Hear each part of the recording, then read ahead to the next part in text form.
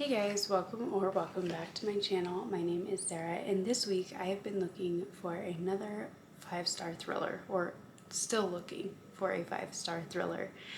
So this week I read 13 by Steve Kavanaugh. I had it out from the library. I put a picture here. And that one is about a serial killer on the jury for a trial. It was really one that my brother-in-law said was pretty good, and he recommended it to me, so I thought I would finally try it out. The next one that I was reading was And There He Kept Her. This is by Joshua Moling. This one is about a couple of teenagers who break into a house to find some drugs. And then things happen, and then the police investigate to try and figure out what it was that happened. And the last one that I read is The Chain by Adrienne McKenty. This one is about a young girl who is kidnapped from a bus stop, and then her mom gets a call saying that she is now a part of the chain, and she has to continue the chain by kidnapping another child and holding them ransom, or they will kill her daughter. And if she follows all the rules, then she'll get her daughter back. So I had a good time with reading these books, and I can't wait to share my thoughts with you. So let's get right into it.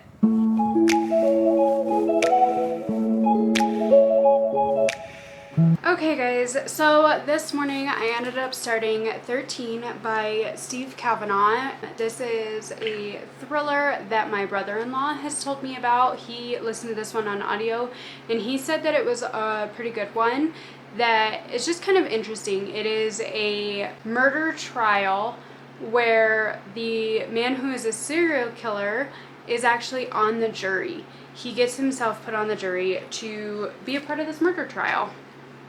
And he said it was pretty good, so I wanted to try it out. I've never tried anything by this author before, but I've been reading this one today, and I am up to the second day, Tuesday, which is like 80 pages into it or so. And so far, it's really intriguing. The book is written from two different perspectives. You have the perspective of what's happening with the serial killer, whose name is Joshua Cain. He is a murderer.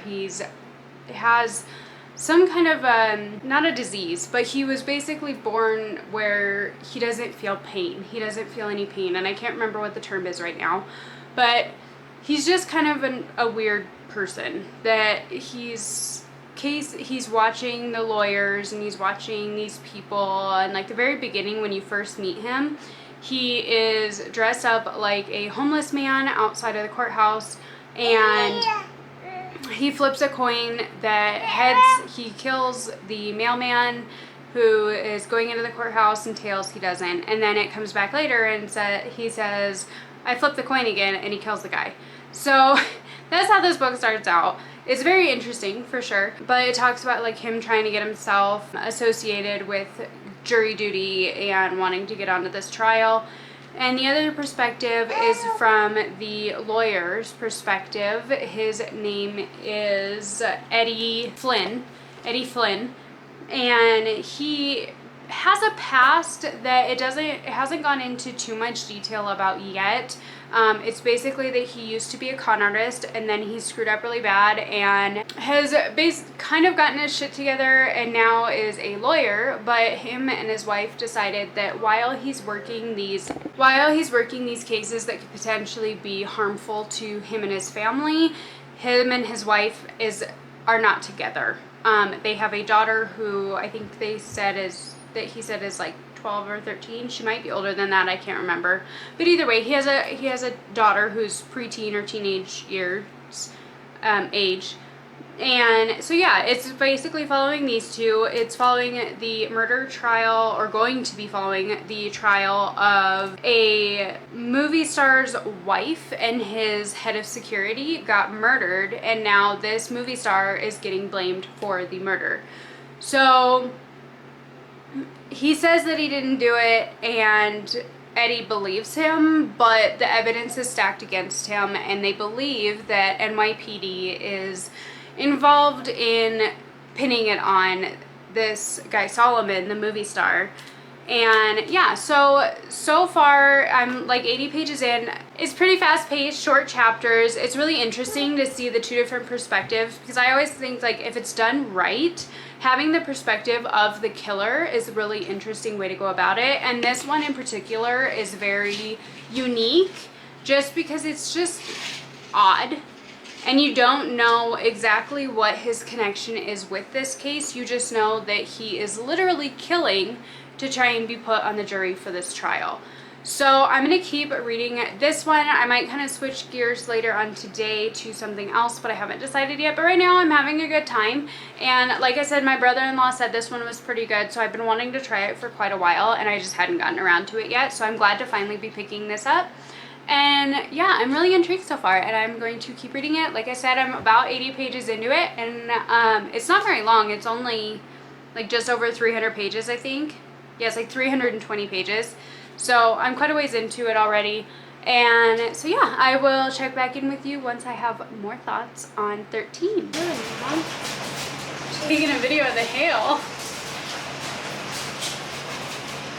Okay guys, so I am up to about 260 pages into 13 now by Steve Kavanaugh, and I am really intrigued. This book is following Eddie Flynn, who is a lawyer, and he is defending Bobby Solomon. And he is defending Bobby Solomon, who has been accused of murdering his wife and his head of security in his home.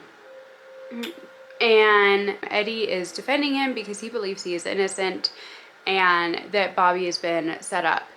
And the other perspective is following a man named Kane, who is strategically placing himself into the jury. And you know from the get-go that Kane is a murderer. And you don't know how things have played out, but you know, obviously you would assume that since Kane is a murderer, that he is involved.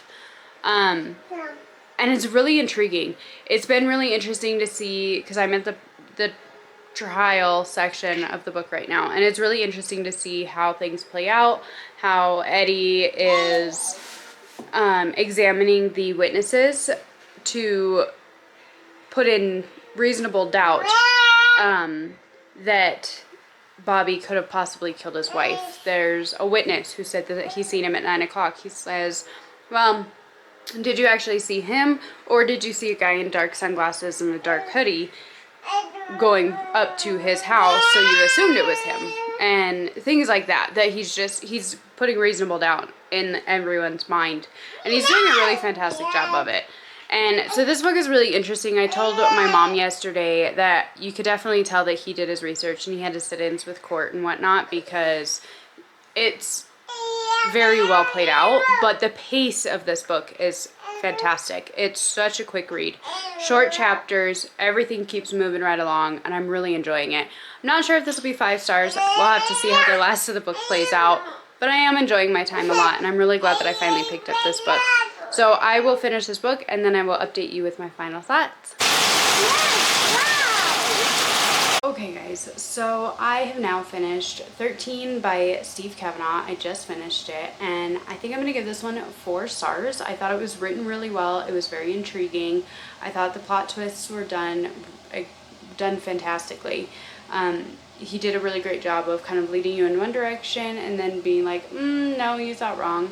And so I really liked that. I thought it was surprising, and I did really enjoy it. I just don't normally get into a lot of courtroom type books. I don't really get into a lot of crime type books like cops and robbers and, you know, things like that. I just don't usually get into a ton of those, with the exception being the Pendergast series and the Nora Kelly series by Douglas Preston and Lincoln Child, because I have read all of those and my husband has too, but those have like sci-fi elements to them. This one, it was very much a courtroom thriller, and it was done amazing. It was super interesting. I loved seeing the perspective from Eddie Flynn, the lawyer, and seeing the perspective from Kane, the killer.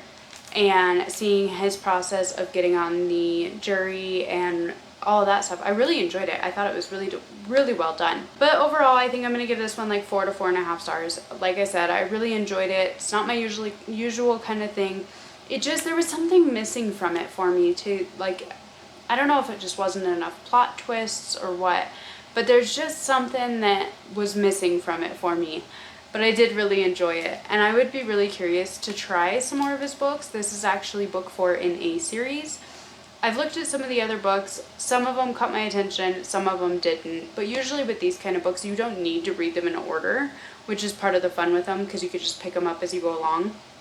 Not in a huge hurry to get more of them, but I would be definitely interested in trying another and coming back to Eddie Flynn as a character, because I did really enjoy his perspective and the way that he goes about the courts. And I thought it was really interesting. I told my husband last night, or it was either last night or this morning, I told my husband it's like a mix between Silence of the Lambs and Law Abiding Citizen is what this book made me think of. It was like a combination of the two. There's clues that are left behind by the serial killer called Dollar Bill that kind of reminded me of Buffalo Bill from Silence of the Lambs, and then also the fact that in Law Abiding Citizen, he's got his whole game plan. He's manipulating things to get his preferred outcome, and that's how I feel like Kane was doing in this book, being a serial killer and getting himself on the jury and making sure he gets that spot so that way he can be at the trial and witness everything firsthand to try and get that guilty verdict. So overall, I did really enjoy this book, but it's not quite 5 stars for me. Like I said, I'm not sure why. Maybe if I stew on it for a little while, I might up my rating of it, but at least for right now, it is sitting at like a 4 to 4.5 stars. But I really enjoyed it. I think next I might pick up And There He Kept Her by Joshua Molling. I've never read anything from this author, and it sounded really interesting. I got this from the thrift store for like $1, and I didn't read a lot about the description, so I'm kind of going into it somewhat blind. But with thrillers, as long as they hook you from the beginning, it's fun to go into them blind. So this says that Emmett Burr has secrets he's been keeping in his basement for more than 2 decades, and he'll do anything to keep his past from being revealed. As he gets the upper hand on his tormentors, the lines blur between predator, prey, and protector. And that's what really caught my attention with this book. So I'm excited to try it. Hopefully this one isn't going to be another domestic thriller that he's like beating his wife and hiding her in the basement. Hopefully that's not going to be what this is. Hopefully it's going to be something much more intriguing. It's not very long. This copy has an excerpt from another one of his books in the back. And so this book I think is only, it's only like 308 pages. So I'm going to try and start this one, and hopefully it will hook me into it. And if not, I might pick up something else. But this is the plan as of right now. I haven't filmed an intro for this video yet because I didn't want to commit to reading like 5 books and then have the video end up being like 2 hours long. So I'm just kind of going to fly by the seat of my pants here. So I read 13. I gave it 4 to 4.5 stars. And I think now I'm going to pick up And There He Kept Her by Joshua Molling. Hopefully it's a good one. But I will check back in with you once I start this, or whether I decide to start something else. I will check back in with you when I get started on another book and have my first initial thoughts. Okay guys, so it's now a little bit after 4. I am up to 107 pages in And There He Kept Her. And I'm so bored. I'm so bored. Absolutely nothing has happened. The first chapter, Jesse and Jenny go into this house to get into stuff that they shouldn't. They're a couple of teenagers. They go into this house to get into some stuff that they shouldn't, and a guy pulls a shotgun on them, and then it switches to this cop, Packard, who is this town on summer break, or during the summers, to spend time with his family. And he's basically trying to get a foothold in his life and in everything else when Jenny and Jesse go missing. Jenny's mother is his cousin. And that's really all that's happened, is that he's looking for Jenny and Jesse and trying to figure out what happened to them. Nothing in this book there's been nothing that's happened. I'm so bored. The little glimpses that you get of what's going on with Jesse and Jenny. The chapters that are thrown in about them are okay, but other than that, like, there's nothing happening in this book, and I'm extremely bored, and I don't want to keep reading it. So as of right now, I have made it over 100 pages into this book. I am not interested. I do not care about his partner, the guy that he was with, being killed, and I don't care. So I am going to DNF this, and I am going to move on to something else, and I'm not sure what that is yet, but I will let you know once I figure it out, once I start it. Okay guys, so it is now Monday, and the last time I updated you was on Saturday afternoon, and I had DNF'd, And There He Kept Her by Joshua Molling. So this morning I ended up starting The Chain. This is by Adrian McGinty, and I am up to chapter 20, which is like 84 pages in. And so far, this book is getting with it. This book is so fast-paced. You have short chapters. You are just flying through. So if you don't know what this book is about, is the main girl, Rachel, has a 13-year-old daughter named Kylie who gets kidnapped from the bus stop in the morning before school.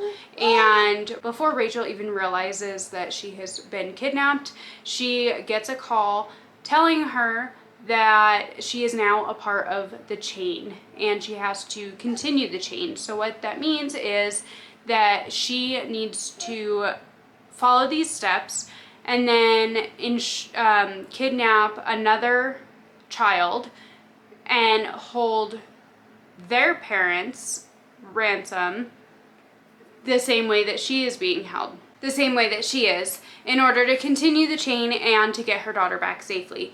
If she goes to the cops, if she tries to get a hold of any kind of law enforcement, or she messes with that chain at all, they will kill her daughter and find somebody else that they will kidnap their daughter.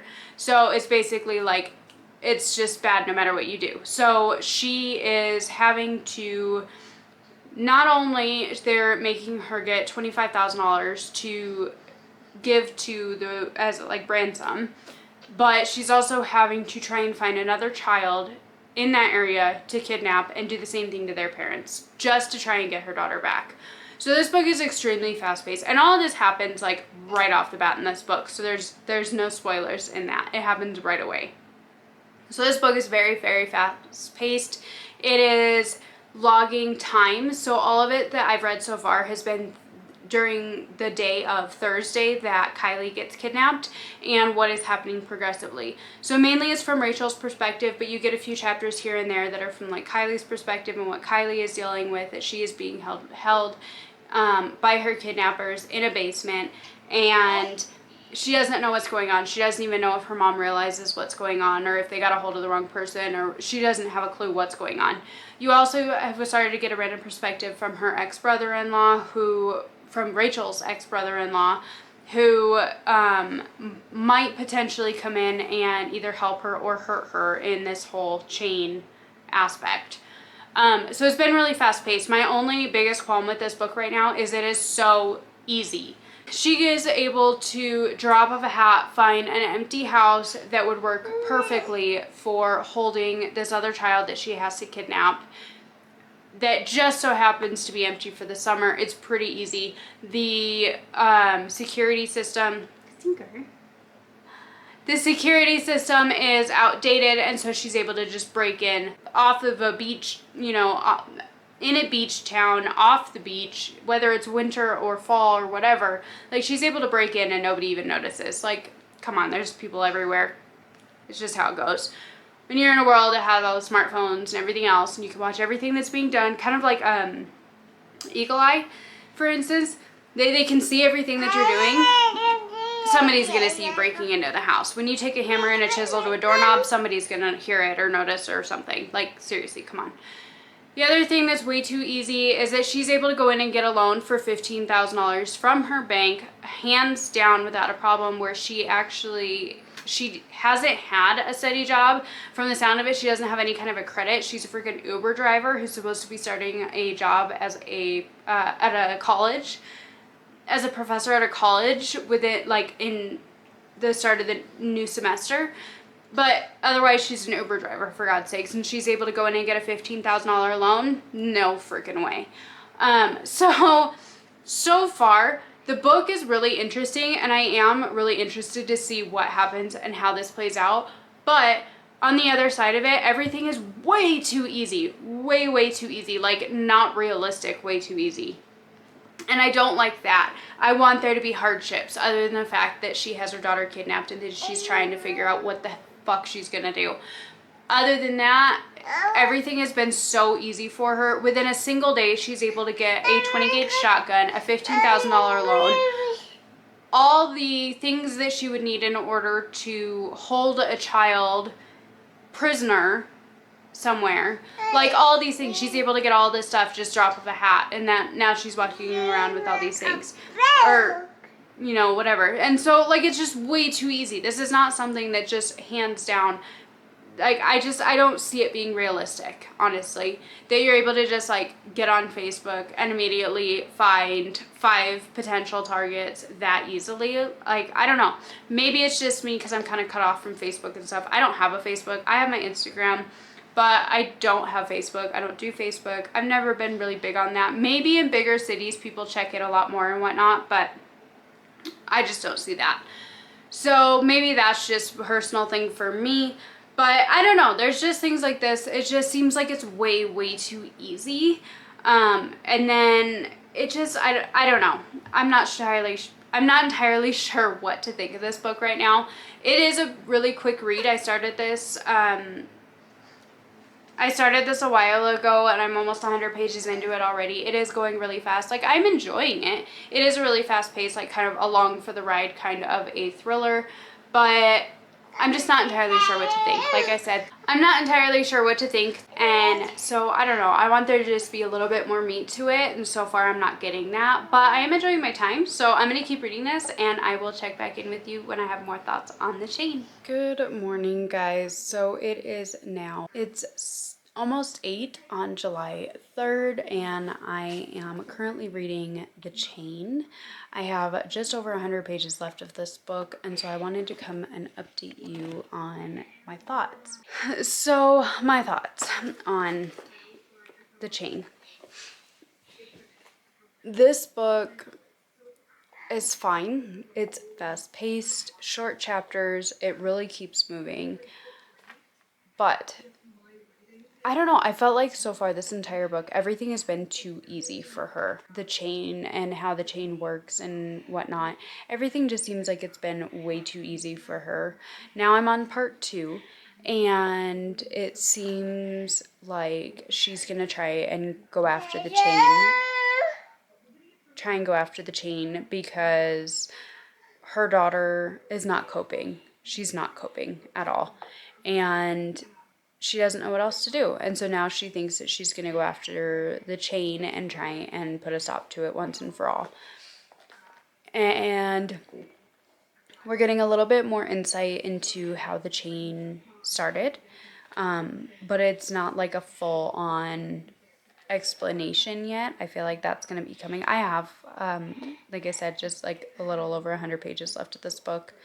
But I feel like everything has been just too easy for her, and I'm worried that that's how the rest of this book is going to play out. I'm worried that it's going to be just, she has a little bit of a hardship, and then everything goes right, and she moves on with her life. So I'm hoping that it's not that way, because that's how this entire book has gone so far. So far, it's fine. It's not anything amazing. It's, like I said, I mean, the writing style is good, the plot is fast-paced, and it's good, and it's interesting, but I'm not, like, itching to pick it up. Like, I set it down to do something else with the kids or whatever, and I'm not excited to pick it back up. It's like, okay, whatever.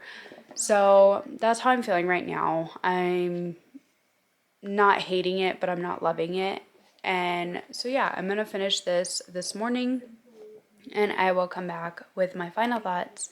And I haven't decided yet if I'm going to wrap this up after 3 books. I think I might, but since the one is a DNF, I haven't fully decided yet. So It is Wednesday right now. I could potentially post this video tomorrow, which was kind of my plan to begin with, so I might wrap this up. Either way, I'm going to keep reading this and I will check back in with you with my final thoughts for The Chain. Okay guys, so I have just finished The Chain by Adrian McGinty, but before I give you my final thoughts on this book, I decided that I am going to wrap this video up here. I think usually 3 books lengthwise for videos is usually about right. So I think I am going to wrap this video up here because I kind of need to take a break also from the thrillers. I'm getting kind of not overwhelmed, but kind of like demotivated. I need a change of pace. So I'm going to end this here. So the first book that I read this week was 13 by Steve Kavanaugh. This is about a murder that goes to trial and is a very public trial, and just so happens that the murderer is on the jury. And this one, it was really interesting, but there was just something that was missing for it. For me personally, there was just something that was missing, and I really enjoyed it. I liked the writing style a lot. But like I said, there was just something missing, so I ended up giving this one like a 4 to 4.5 stars. So I think the thing that was missing from this book for me was just like the shock factor that makes me close the book at the end thinking, holy shit. And the 2 books that always come to mind for me, some of my favorite thrillers that have done that, would be The Only One Left by Riley Sager. I absolutely love this book, and I thought it was really fun. And I thought with this one, when I was telling my dad about it, I told him that if you predict one of the plot twists in this book, there's like 10 others that you don't. And so that's what I thought was really fun with this one. Like, it's just kind of a whirlwind and crazy shit happens, and like, it was just so much fun. And this one, 13, to me just didn't quite have that shock to it at the end. Like, it was really great. It was a great thriller, and there was some of that, but it wasn't the extent of this. The other one that I think of that like really just made me think holy crap when I put the book down was of course The Silent Patient. This one, it was written so well, and like once you put all the dots together and you like think back on all the little clues and stuff and all the little red herrings, that it just makes you think, holy crap, I should have seen this, but I didn't, and that's fantastic. This one didn't have that. It had the shock of the fact that the murderer is on the jury, and it was a really great book, but there was that bit that was missing for me in this book, and that's why it came out at a 4-star and not a 5. The next book that I read, or that I tried to read this week, was And There He Kept Her. This is by Joshua Moling. I got up to 106 pages in this book and I DNF'd it. I was extremely bored. I looked up some reviews of it after the fact, and it said that this one doesn't even have like that shock factor of the thriller because you know what's going on the entire time. And I could sense that at 100 pages in. So if you don't know, this one is about a couple of teenagers who go into a house, they break in and are looking for drugs, and they come across something a little strange, and it leads to things happening with them.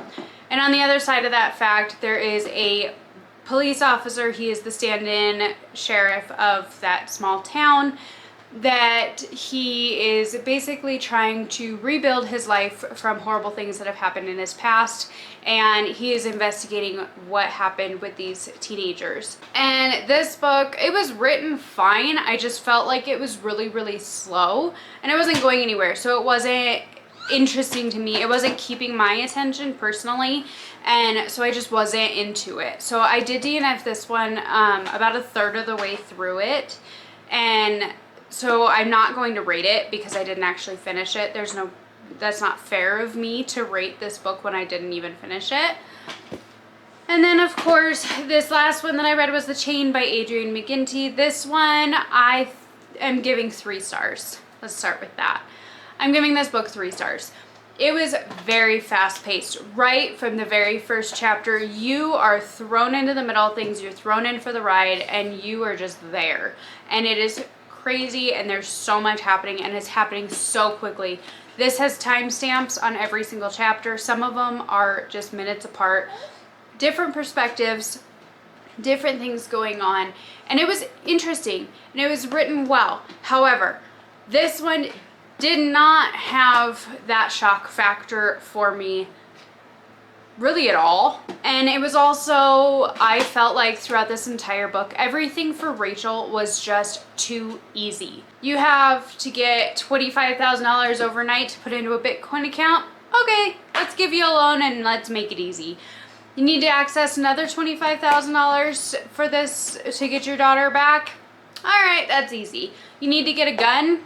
Let's do it. Like, everything fell into place so easily for her. There was just no real struggles, like, with the way things played out. Even if there was, or like when there was a struggle, it was resolved very, very quickly and very, very easily. So I did not like that. I also did not like the ending of this book. I thought everything, once again, it was too easy. It all wrapped up too easily into a nice little bow. They have some issues in this book.